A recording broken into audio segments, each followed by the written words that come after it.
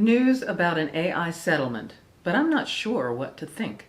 The artificial intelligence settlement in Bart's v. Anthropic of $1.5 billion has been announced, but writers don't count on the money you haven't seen yet.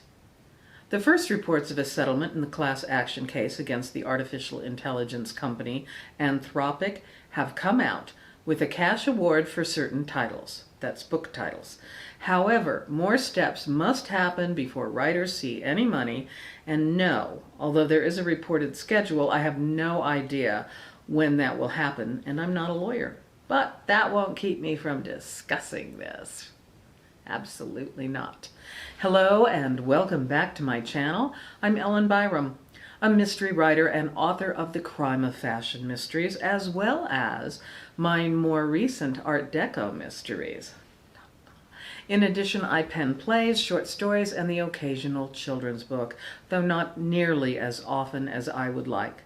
I used to be a reporter in Washington, D.C., which was a beautiful, beautiful city, and it will be again, hopefully soon. I comment on the day-to-day concerns we have about writing, and I don't offer quick fixes or present innumerable lists of things you have to do to A, write a book, B, finish a book, C, make it a bestseller. So please subscribe and comment if you will. Today, we have a class action suit between authors and Anthropic, an AI company. In other words, David v. Goliath. We are David, the writers. The Authors Guild said, and it has been reported, that approximately $3,000 will be paid out per title. However, the award will be paid out after, quote, administration and lawyers' fees and expenses are paid. Uh-oh. So, we will see what's left over after that. And one person told me, well, you might get $1.98. Another caveat, your titles must be registered with the U.S. Copyright Office. So if you're an independent author and skip that step, it looks like you're out of luck. As we are filming this, a hearing was held today, September 8th at noon in San Francisco for the court to consider the preliminary approval of the settlement. According to the Associated Press, U.S. District Judge William Alsop has questions about the settlement's details, and he set another hearing for Monday. He has asked representatives of author and publishers groups to appear in court on Monday to discuss. You can find more information on the case at the Anthropic Copyright Settlement website at, you guessed it, anthropiccopyrightsettlement.com. I will put a link in the description box below and any other links I deem pertinent. I also recommend taking a look at the Authors Guild website at authorsguild.org, which does a great job of breaking down the lawsuit and describing further steps and how the settlement will be paid if it is approved. The Authors Guild stated, quote, there is not a fixed calendar date for when you will receive the payment, but the initial payments to rights holders will not be made until likely April.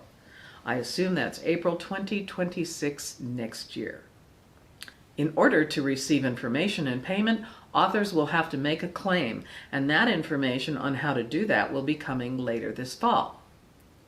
It might feel that writers won something from a Goliath of a company that stole our books to use them to train artificial intelligence, but some observers say it's just a drop in the bucket for a company worth $183 billion.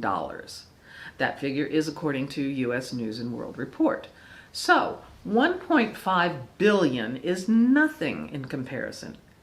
And do you think it's suspicious at how quickly Goliath, Anthropic, settled the case? I'm surprised, and okay, Goliath isn't in its name, not yet. It feels like the company simply wants this whole issue to go away as soon as possible. Who needs to deal with a bunch of pesky writers who simply created the material and balk at having their intellectual property stolen? Yeah, who would? Authors organizations, including Mystery Writers of America, Sisters in Crime, the Authors Guild, and romance groups alerted their members to the lawsuit so they could provide information to the attorneys for the writers. and apparently they're still taking author and publisher contact information. So check out the websites, and I'll be interested to see if the preliminary agreement is accepted and what further ramifications it will have. The judge could throw a wrench into the proceedings, and that would create drama. In other developments, I have turned over my manuscript for These Crooked Things to my editor, and as soon as I did, I had an idea for a slight addition that will explain one character's motivations.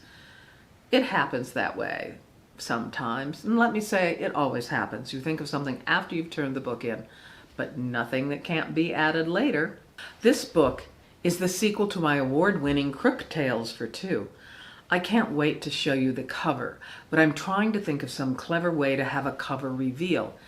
It is an extraordinary work of art by the artist Kate Lamore. I am in love with this first cover, but I am also perhaps a little more in love with the sequel cover. I'm dying to show everyone, but I want to tag a cover reveal to pre-sales on various websites. So stay tuned for further developments. And thanks. That's all I have for now, and I'll see you next time. Bye.